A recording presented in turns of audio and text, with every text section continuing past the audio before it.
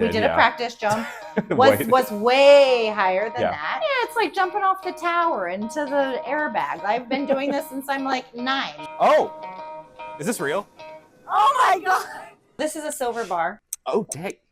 Can you tell me about like the treasure and stuff? So this is my grandfather, Mel Fisher, the world's greatest treasure hunter. And my grandfather's rebuttal was, we'll bend over and I'll show you.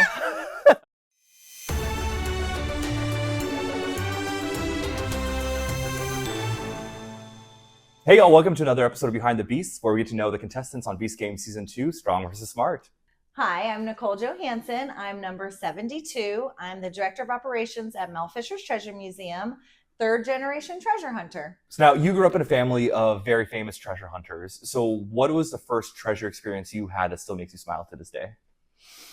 Well, I kind of grew up snorkeling on the sites my whole life, you know. And I'll never forget, I went down to the bottom, just free diving, and I brought up this huge, very beautiful sand dollar. Oh, nice. And it's just a shell, but it was gorgeous. And my grandfather says, Nichole, you're looking for the wrong stuff. But it was special to you. And it was special to me. And I have a bunch still that I found on the ocean floor. And actually, when I was little, I used to like paint them and put glitter and we use them for Christmas decorations, and you know, that's treasure to me. Yeah. But also when I was little, we used to always tackle my grandpa's leg. Like when he'd walk in the room, I would just go and grab around, and then he'd reach in his pockets and throw all the stuff he had in his pockets out on the ground, and all the grandkids would go scattering and picking up. And if we were at a pool, he would throw it in the pool. We'd all dive in, go get. That's so fun. So, you know, those are like little treasured memories that I have, and really ignited the treasure hunter in all of us, I think. Yeah. That's so sweet. So now people expect treasure hunting to be this like action movie all the time, but on a day-to-day basis, it's probably not that. So can you talk about some of the more boring aspects of the job that you have to go through to get to the fun parts? So my day-to-day, is coming to the museum, everything from changing a light bulb to cleaning up a spill on the ground. Sounds very interesting, but you know, we do bookkeeping, we do inventory. That's the fun part, really, because the inventory here is treasure. So we get to count coins, we get to clean the artifacts, change up the exhibits, clean them out, make sure it's pretty. I love also dealing with the customers. For sure. You know, I work up in the office, so I'm not every day working with the customers, but I get called down regularly to help identify an object that somebody might have found on the beach, or something that someone might have received in an estate when their father or grandfather died, to help them identify these artifacts and coins, tell them a little bit about the history, you know, maybe sometimes give an appraisal, or try to help them sell it, something like that. So it's fun. I meet a lot of interesting people, and it's an interesting industry, so it intrigues a lot of characters, I would say, and that's really a fun part of my job because I love people. So when people think about your grandfather, Mel Fisher, they think about the gold and they think about Atocha, but what's something that the headlines always miss whenever they report about your family and their history? Probably all the empty holes that were dug to find that one hole that had treasure. I think that when it's in the headlines, it's always look what they found. There's never a headline about look what they didn't find. No one talks about the journey. Right. Yeah. So it's a really, really difficult business, and there's a lot of hardship, a lot of empty holes, and devastating days. And people just don't think about that. They just think about the glitz and the glamour. So it's tough. So now, what are skills that a modern treasure hunter needs to have that Mel Fisher didn't have to worry about in terms of like tech, permits, etc.? Well, believe it or not, he did have to worry about tech, permits, and all those things. The technology has always been changing. Even since he was little, he tried to invent scuba with like a bucket and a garden hose. I love that. And it evolved. And permitting too. I mean, there's always going to be some kind of governmental interference. And that is a huge challenge, not only for us, but especially for new people trying to salvage treasures. The laws are just getting more stringent. Because the first time that he discovered treasure, that became like a whole legal battle with the government. It did. They thought it was like their property versus, and it was like, but we found it. So. Yeah, it did. And, you know, it's a little bit of truth on both sides with the Treasure Coast shipwrecks here, 1715. That's all within state water. So the state does have a right. They have jurisdiction, and they do retain, and we do contribute, you know, anything that's found. a percentage. But on the Atocha, it was in federal water, so they ruled in favor of him for 100%. So all of his hard work, and his dream came true, and being able to keep it, but not without a fight. For sure. But I would say probably his positivity, patience, and perseverance. 3 P's. There you go. He had those qualities like every day, and he just exuded that to his family, to his staff, and to the crew. And that is what was the driving force behind the success of everything.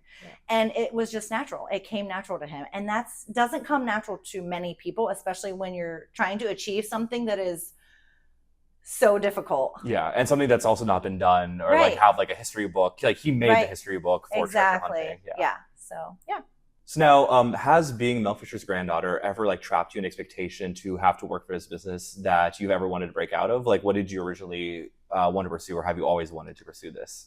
I've never been boxed in. No, Nice. My family never, ever, not once had any expectation for me or standard to do what I'm doing, even though I've been doing it for 20 years now, which is, I can't believe, such a long time. But it's so funny because when my grandfather found the Atocha mother lode, it made international news like overnight.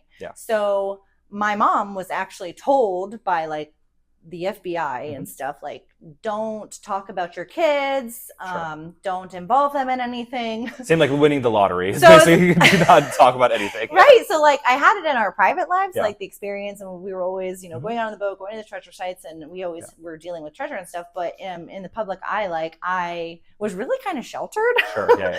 And so finally I remember I'm in like middle school, and a couple of my friends are like, can you tell me about like the treasure and stuff? Like, are you rich? And so I started realizing that other people were talking about it. And so I go home, Mom, can you like teach me about this? Because people are starting to ask me, and I'm like, I don't really know that much, because I'm like jaded. It's just like part of my life. I never like really had to look into anything, So definitely it was never an expectation. So something that you actually grew to love after that incident. Basically. Yeah, and I mean, I did go to college. I have my paralegal degree. I've always loved the law. That's probably something I would have maybe pursued if I didn't go down this route.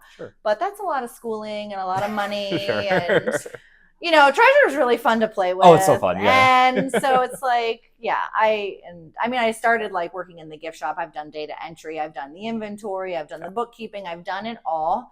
So, I think now you have a way more fun job than sitting in an office or being a lawyer is a lot of times. Definitely. No offense to anyone who's a lawyer sits in an office. I was an office sitter myself, and but there are like things that people are passionate about. It seems like you found. Yeah, it is. It's a true passion, and I think it is something that you have to have a passion about. But it's not even so much like the job or the treasure. It's really like the legacy that I am like privileged to carry on, because my grandparents were like such a big part of my life. And their story is so incredible. And like, I'll be up in my office and I'll just like come down to the gift shop or go to the bathroom, and somebody will like stop me and start asking me questions. And when they find out that that was my grandparents, they're like so amazed. So for me, it's so special. And this is what like drives my passion about my job, is knowing how many people were affected positively by my grandparents' legacy. And that's like a dream, a dream come true. That's my dream, is to carry that legacy on and keep exuding, what they did. That's wonderful. It's fascinating. But when you say expectations about being boxed in, I will say that a lot of people, my whole life, still to this day, think that I'm rich. And I'm not. I always say I'm treasure rich and cash poor. Because even getting like that converted into anything is like so difficult. I mean, we have to sell the treasure, and although they are made into some beautiful jewelry pieces, sometimes it's a collector that really has to be interested in that specific piece if it's a high value item. It's not every day somebody's like, oh, let me buy $100,000 silver bar. Because it's not monetary. It's not like spot price gold and silver. It's historical and numismatic value goes into these pieces. So, and a lot of the pieces, they're just sitting here in the museum because you want to display them and show them off to the world. Yeah, we're educating. I mean, that's Exactly, the whole thing about the museum. My grandfather was big on like educating the public and making sure everybody knows the history of the shipwrecks and the people and the discovery. That's amazing. Oh, hey. Ahoy, Brandon. How are you? Pretty good. I'm excited to be here. How have you been? Thanks for coming. I'm doing well. Hi. I just wanted to show you a little bit about the area we live in, which is called the Treasure Coast. As you can see, there was 11 ships that sunk right here on our coast. So we're going to be delving into a little bit about the history. This is part of my life, a big part of my life, carrying on the legacy of my grandfather, Mel Fisher, who salvaged a lot of these shipwrecks and the artifacts that you'll see on display today. And having some fun with Brandon. We're going to go find some treasure of our own, hopefully. Let's do it. Let's do it. Okay. So this is my grandfather, Mel Fisher. He is the world's greatest treasure hunter, mostly known for his big find in 1985 of the Nuestra Senora de Atocha, which sunk off Key West, but also very famous for his locating and discovering the shipwrecks of the 1715 fleet, which is right here on the Treasure Coast where we are. He's a legend in my eyes for sure, but to me, he was just grandpa, Love that. And some of my most famous treasures in the whole museum are just some of his personal items, some memorabilia, things that we have. A lot of people don't know that he was actually a musician. He had his own band. He owned the very first dive shop in the world, and they made all their own equipment. This is a glove that was handmade by him and his parents. And we're just here carrying on the legacy, treasure hunting in his name. Yeah. It's amazing. He loved his spiced rum. He sure did. Yep. And this has some Atocha gold in it, but interesting. Right. I don't think he was too picky about his rum. He just liked rum in general. Fair enough. Yeah. Yeah. A lot of people that have met him at a bar. Oh, I love that. That was kind of like, yeah. But my grandmother, she was also a big part of the story. She was always there to support him and me. She was like my best friend until the day she died. And I miss her very much. But yeah. Anything that we would point out that was like very personable? Yes, actually. This cup here was a full-size styrofoam cup. Oh, wait, that's amazing. But it was brought down on the Titanic, and her name was inscribed on it, and it shrunk just due to the sheer pressure. Oh, so wow. It's like a keepsakes of hers that now we get to display. So that was a completely normal cup. A completely normal styrofoam cup. Yep. And also my grandfather's ashes are here sitting at the helm of the Titanic. So she was just an awesome woman. And she set the world record for staying underwater, for underwater endurance. Oh, wow. So she stayed underwater for 55 hours and 37 minutes. Oh, that kind of what that image is showing. Yep. She's sleeping underwater here. She was in the World Divers Hall of Fame. And, she was just a pioneer for the scuba diving industry, her and my grandfather both, but she was really trying to encourage women into the sport of diving. So that's why she did that. Yeah. She was really cool. And then here's Nichole doing her scuba diving adventures. So what's this over here? So this is an underwater camera housing. It's actually built by my grandfather and designed. And that's kind of what got him excited about shipwrecks, is because he loved videotaping and taking photos underwater of fish. Sure. And fish like to hang out at shipwrecks. Oh, yeah. Okay. So then that, made him very curious. Well, what is this shipwreck? So he started doing research and started finding out that the ocean is really ship soup. There's ships everywhere. And so that's what got this all started. That's amazing. This is a pretty cool pice of history here in the museum. So he placed a lot of his cameras within inside. That's okay. Yep. That's beautiful. So he was a lot of also not just a treasure hunter, a photographer, but an inventor himself. Yes, he was very innovative and very charismatic. Everybody loved him. Yeah. No, that's awesome. I like to say I embody some of his traits and characteristics. 100%. Yeah. No. You're one of the most, I do. You're one of the most genuine people I met whenever I first started in the show as well. So. Thank you. So this is a model of one of the salvage vessels. And this contraption here, my grandfather actually invented. And it's called the mailbox. Mm-hmm. And it would use the prop wash from the engines of the boat and push the water down. And he invented this because the water was so dirty here on the Treasure Coast, because the shipwrecks are so close to shore. that he wanted the clear water from the surface to be brought down so that he could see, because the visibility was just terrible. Okay. So it actually worked like a charm, brought the clear water down, he could see, and it also excavated and dusted away the sand.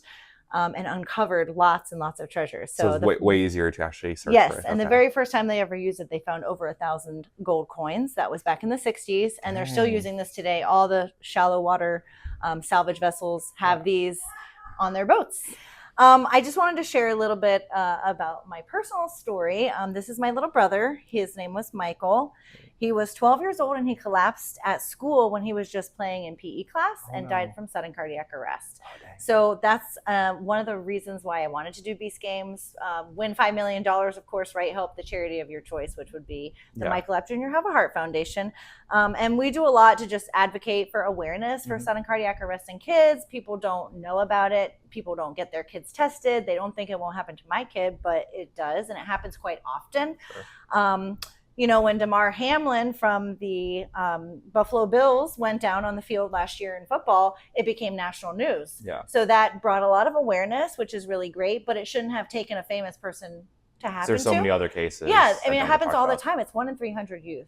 So anybody who's listening to this and who cares, get your kids tested with an EKG. That's the number one the effective way to find an abnormality.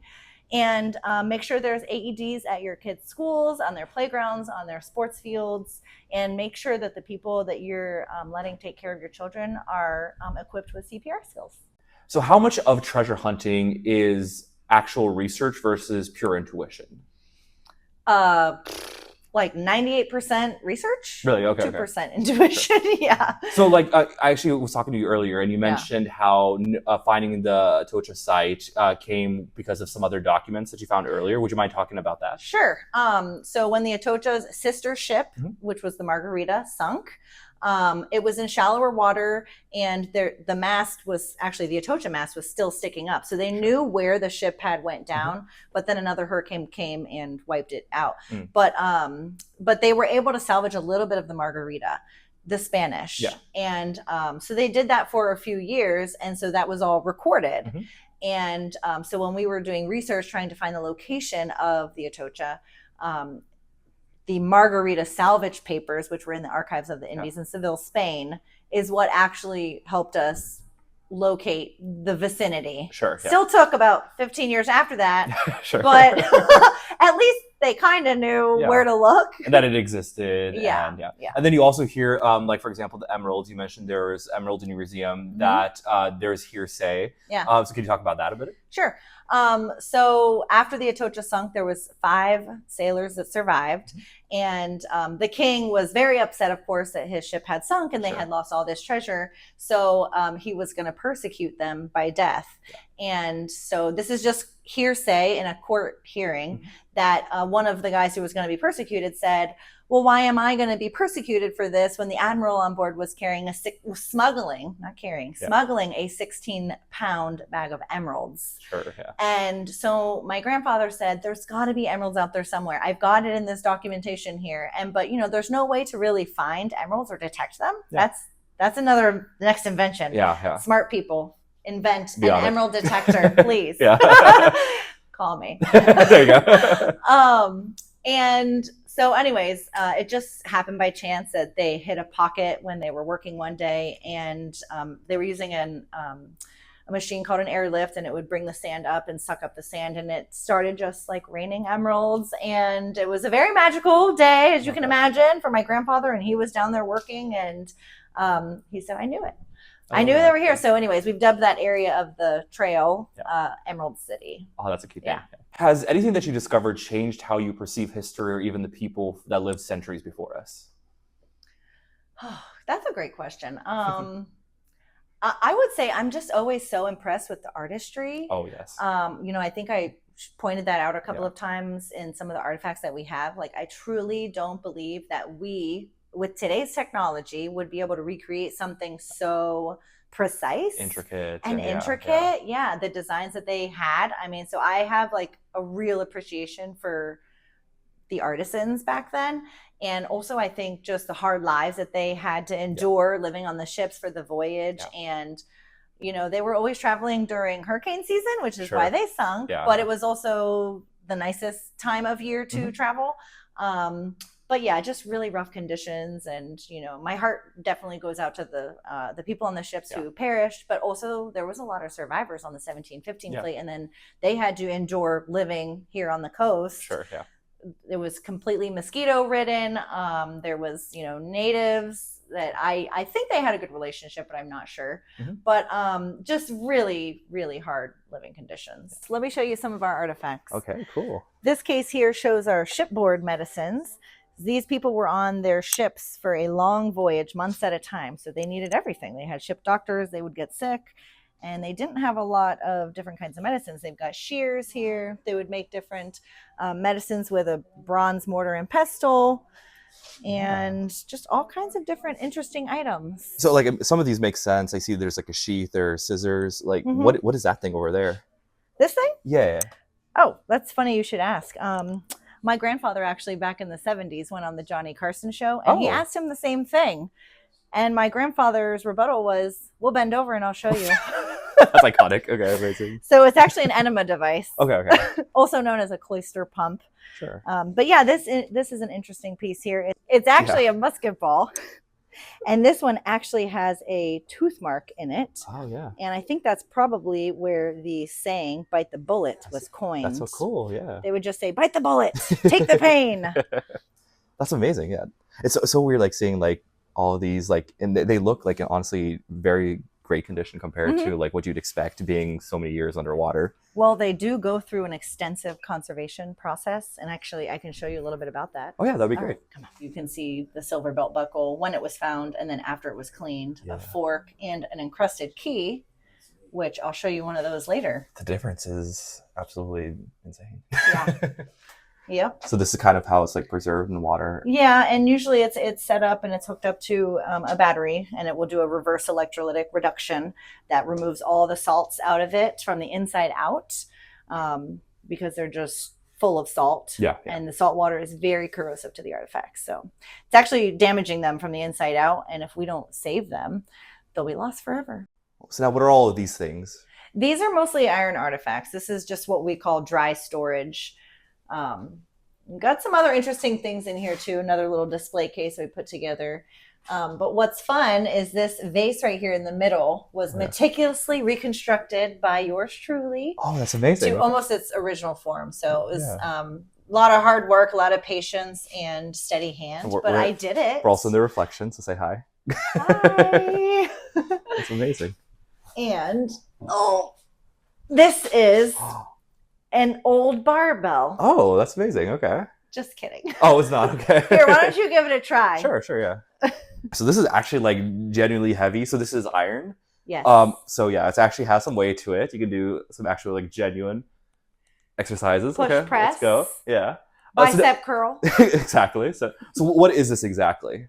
Well, we're not exactly sure, Okay. but it could be like a spindle to, for the ropes to go around, Sure, to maybe pull the anchors tie in it. and Okay. out. Yeah. Uh-huh. Could have been an axle to like a cannon carriage, maybe. Nice. Okay. Sometimes things are just a mystery. All right, here's some of our wet storage. So you got both dry and wet. Okay. Yep. So these are artifacts that just basically need to stay in water that has a good pH, just to be stabilized. If we were to do any kind of extensive conservation, they might be lost in cleaning. Okay. So what do you think this could be? Oh, it looks like a key. Yeah. Okay. Oh, yeah. Good guess. You could be an archaeologist. Oh, there you go. Do we know what it's for? Oh, we don't know, but what if it was for like a treasure chest full of treasure? That's exciting. Okay. It's kind of a cool piece, but yeah. Let's see what we got in the next tank. So how long have these been sitting in these tanks on average? For years. Oh, years. Okay. Yeah. So these are kind of like look like swords on the side. Yep. This is actually a left-handed dagger. Okay. This is a sword, some sword handles. This is a sword handle with pottery attached, which is really beautiful. Interesting. Yeah. It's interesting when two different materials are combined. Yeah. Makes difficult for conservation, but still a cool artifact. This is like a little iron cauldron. Sure. And then a hand mirror looks like at the back. That's what we think, but we're not sure. Yeah. Could be like some kind of flat frying pan. Okay. Interesting. Yeah.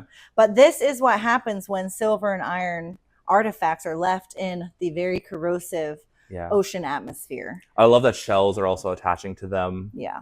They're quite beautiful and nice to look at in their original state without any conservation. And like I said, it's very risky to maybe try to clean them. We might lose them. Sure, yeah. So we don't want to lose that history. They've already been so damaged by the ocean. Yeah.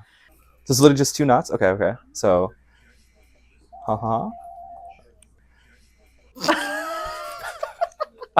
do not know what just happened. Oh, okay, this is what I meant to do the first time. And then you did it a second time, I think like this. And then you somehow took these 2 ends and did this. Was that it? Good job. Let's go. Okay. You did it. I was so embarrassed by the first one. Oh, Brandon, I have an expo to do this weekend. Do you think you could load this into my car, please? Sure. I need it in my trunk. So what is this? Oh, this is a silver bar. Oh, okay. From the shipwreck. Wait. Oh, wow. Okay. Oh, dang. Jeez. Okay, wait. Okay. That's actually wild.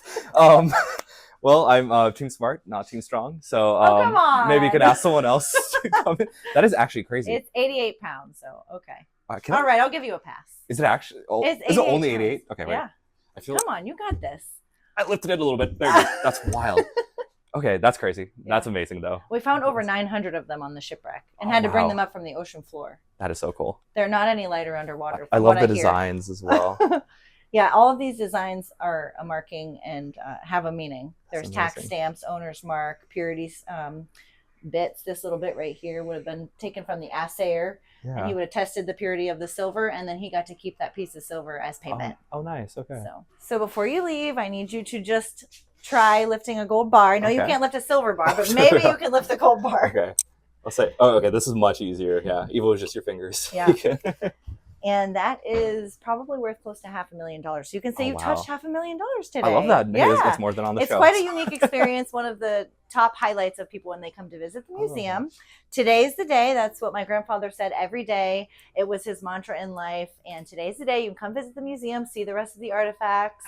Meet me if you want. Yeah. You just got to ask for me. Yeah, Nichole. Thank you so much for having me here. This was really great. Yeah. This was awesome. Thanks, Brandon. So now I also wanted to open up the floor for you to actually talk about your Beast Games experience and your time with the trapdoors. Can you walk the audience through everything that happened that day? It was wild. I have a 12-year-old son, so of course I've been knowing who Mr. Beast is for a long time. And yeah, just being up on the trapdoors, it was a little bit scary, like looking down, like, oh my gosh, that is a lot farther of a fall than we did. Expected, we did a practice jump, was way higher than that. But my dad is a stuntman, so I kind of also like not only grew up around treasure hunting, but also grew up around like stunts and like really crazy stuff. And I was like forced to do these crazy things. Sure. So to me, it was really like, it's like jumping off the tower into the airbag. I've been doing this since I'm like 9. Sure, so it really wasn't that scary to me. I know a lot of people were like really terrified, and I really feel for them. But luckily, I didn't have that fear. I was just like, if I drop, I'll be ready. I know what I'm doing. It'll be okay. Yeah. But of course, I was like, I am not dropping. Yeah. No, I am not dropping.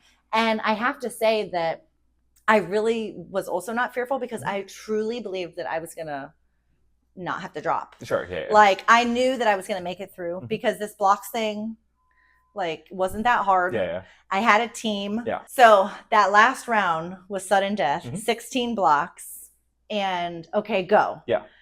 I had been doing solid the whole time. Easy peasy every round. We got this. So I go grab all my blocks because it's all 16 of them. Yeah. And I bring them over, put them down right next to my little podium like I had did 9 or 10 times before and did perfectly. One block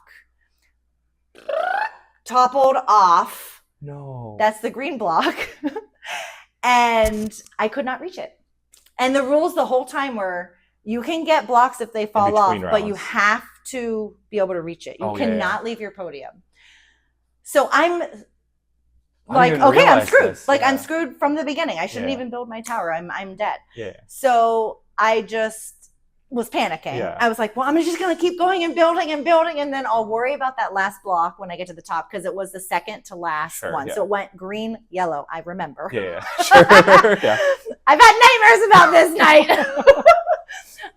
So I knew it was the second to last block that I needed.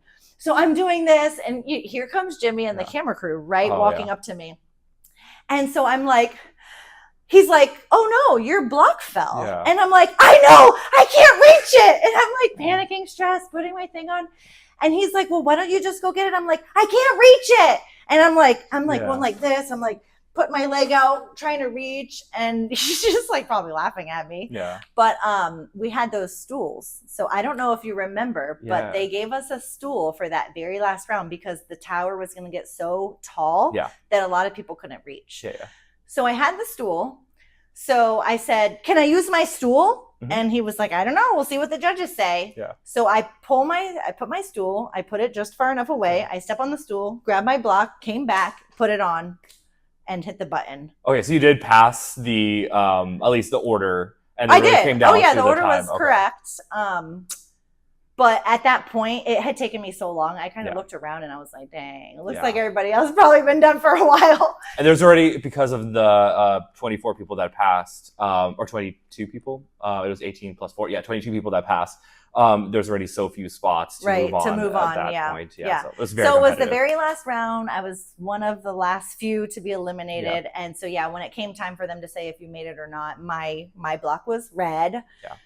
So, but it was kind of an epic way to go out. Yeah, even though it was really cool story. Awful, and Jimmy was right there, and I got to keep my block, and I got him to sign it. That's amazing. So I have that as a very special keepsake. This block that cost me $5 million. All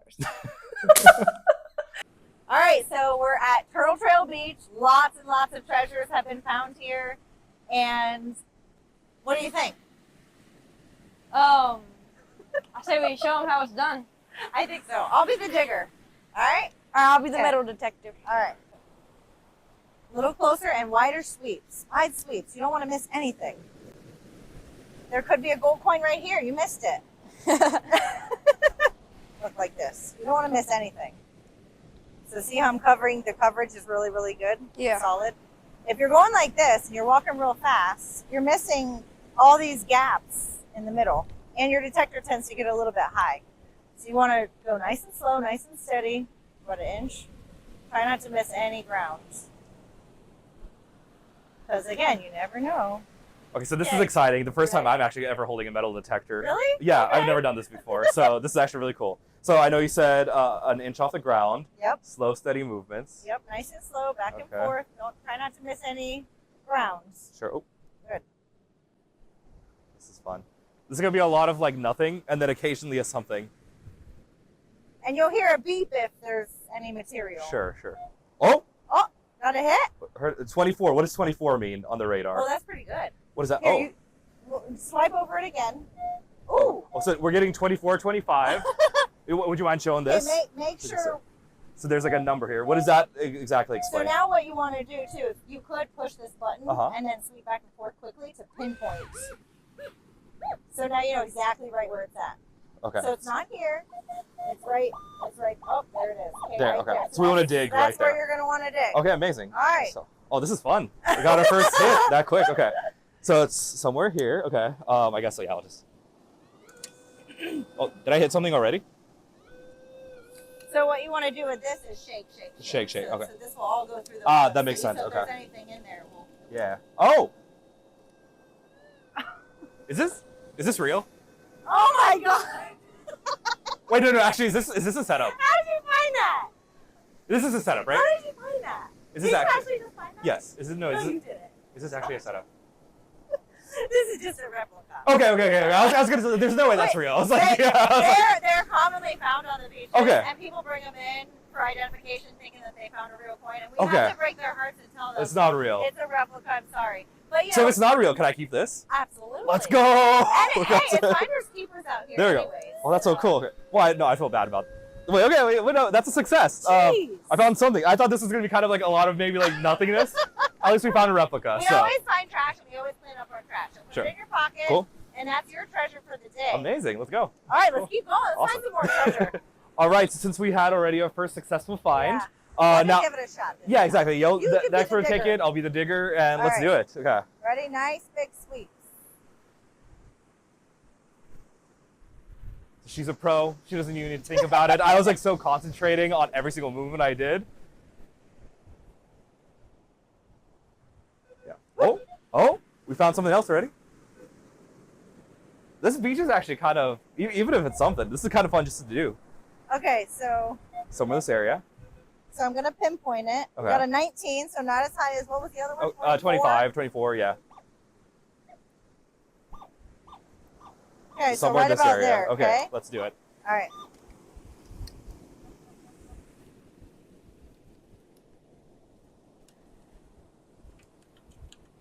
Okay, nothing there.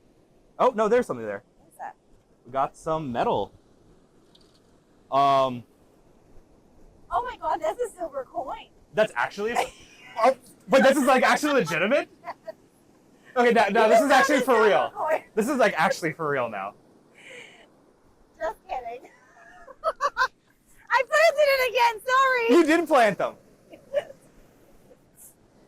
I'm sorry. I couldn't help myself. But just for the I'm record, so like, I will believe anything you say, Nichole. So. but just for the record, this Yeah. is a real, genuine silver coin. Okay. And it is from the shipwrecks here on the 17th. That's so cool, okay. And it wouldn't look like this if you found it on the beach. I was or wondering, it was or kind in of the clean. ocean. Yeah, it it's was very clean, yeah. it's very shiny. And that's what it looks like after it's gone through conservation. Okay. So just so you know. Now I'm not gonna believe anything. Okay, now it's metal detect for real. Okay. I've not planted anything else. But that's at least how it works now. But so. that's how you find treasure. It's my good friend Fred. He's And- a professional metal detectorist. And it's good to see you out on Turtle Trail. Conditions just aren't right today. Yeah. We've got cuts into the sand, but it's into the renourished sand. Would you say the conditions have to be just right to be successful? They do. So not anybody can just come out here with a metal detector on any random day and expect to find treasure because it's way more difficult than It's that. just a little bit more difficult Yeah. than that. I know, that's what people always think. It's like, Yeah. well, you have to kind of, the conditions have to be just right. You're going to have to want the certain winds, the certain tides, the certain sand. It's like this weekend, we're getting a nor'easter going Yeah. through here. Should be So good this weekend, It right? should be good. It's going to strip more of this sand off the beach, and who knows what we're going to find. We're going to find some treasure. So this is what metal detecting is for most of the time. Finding nothing, going back and forth, having to be very close. They said if you go too much to the side, you're gonna miss something, then you'll only detect like what's up to here. So I have to be very parallel to the ground, doing this. And for all we know, there could be treasure right there, but we're never gonna find out because yeah, it's too much beach to cover in one day. Any advice, Nichole? Patience. Patience, okay. We're here. Remember, Oh, shoot. patience, perseverance, and positivity. Fair enough. Let's do Today's this. the day. Cool. So we've been walking now on this beach for like 30, 40 minutes. Yeah. Unfortunately, didn't find any trash or anything like that even. Yeah, I know. Sorry, buddy. Unfortunately, Nichole got me a couple times with the gold and silver coin. That was fun though, wasn't it? It was. Yeah. I was genuinely excited It whenever made I for an found something. exciting Yeah, day. yeah. And I got some seashells that I Nice really shells. like. I found a really cool one that's kind of like a. Whoop, let me get it around. It's like a thicker shell, and it's kind of an interesting one. But we're actually on a famous site now. Can you tell us more about this exact area that we're at right now? Yeah, so this is known as Horgan's Wreck Site. It's just a nickname that my grandfather gave. And just right here in between these condos out here on the ocean, in 2015, there was 300 plus gold coins found. It was actually found on the anniversary of the 1715 fleet sinking. So it was pretty historic, Yeah. made big news. And again, that was back in 2015. We just had another big find, 2025. A few beaches up north here of over 1,000 silver coins. Dang. So it seems like there's a trend here. You got Do it on the days, 2015, yeah. 2025. So maybe in 2030 we'll have another big There you find. go. All right. So now we're going to do a rapid fire round. Are you ready for some quick questions? I'm ready. Let's do it. Okay. First dive or first museum speech, which was more terrifying? Definitely speech. Really? Are you not a public speaker? Not into it, no. Okay. Public speaking is the second biggest fear. There's death, then public speaking. About the same. Yeah. Don't need to compare. Perfect. I'll go diving any day There you go. over Yeah. public speaking. Yeah. Now, what's one thing that people don't expect when they meet you? Well, I'm a good mom, but I got a hood playlist. Oh, okay. Mhm. Okay, he's got Oh, some yeah. good music taste. Oh, There we yeah. go. Love that. Now, what is the artifact you'd most like to repatriate to a country of its origin? As soon as you tell me what repatriate means, I can answer that question. Honestly, I don't know either. But I started Googling words, and it came up to be just give back to its country of origin. Okay. All right then. This is going great. This is going wonderful. A artifact I would like to repatriate would probably be any artifact that has some kind of family crest on it, which we find pretty often on plates or cups, or the dog collar, or a seal that has a hierarchy or some kind of royal insignia. That would be really cool to repatriate. Give back. Yeah, but sometimes you don't even know. No, we don't know. It's on a the dog mystery. collar, you mentioned that you're still trying to figure out what the actual seal is for. Yep, exactly. Yeah. I mean, we reach out to a lot of specialists. I mean, we've talked to the Smithsonian and all kinds of archaeologists to help us study these artifacts. And sometimes you just kind of come up empty-handed. Exactly. Yeah. Now, what is one modern convenience Mel Fisher would have loved to have in his day? Oh God, that's so easy. Social media. Oh, really? Okay. Yeah. He was huge. I mean, the bar was his social media platform. Okay. Sure. So he went to the bar, he would have drinks with people and tell him all about his treasures that he finds. He'd try to get them to invest in his treasure hunt. And, he was always doing interviews, speaking presentations, anything he could do to get the word out for people to be interested in coming to the museum, spending their money, investing in his operation. Yeah. So if he had social media, can you imagine? Yeah, he would be. So he'd be a very modern day influencer, he'd be YouTuber. Mr. Beast. There we go. He'd be like Mr. Beast. Yeah. Seriously. That's amazing. Cool. Yeah. And now, how will you be remembered on your time on these games? I hope I'm remembered as sweet and kind, loyal. I think you definitely are, Yeah. There was a scene where Brandon, he raised his hand and said, "I don't want to fall." You know how other Brandon. No, sorry. not you. Yeah, I was confused. I was like, when did I do this? Yes.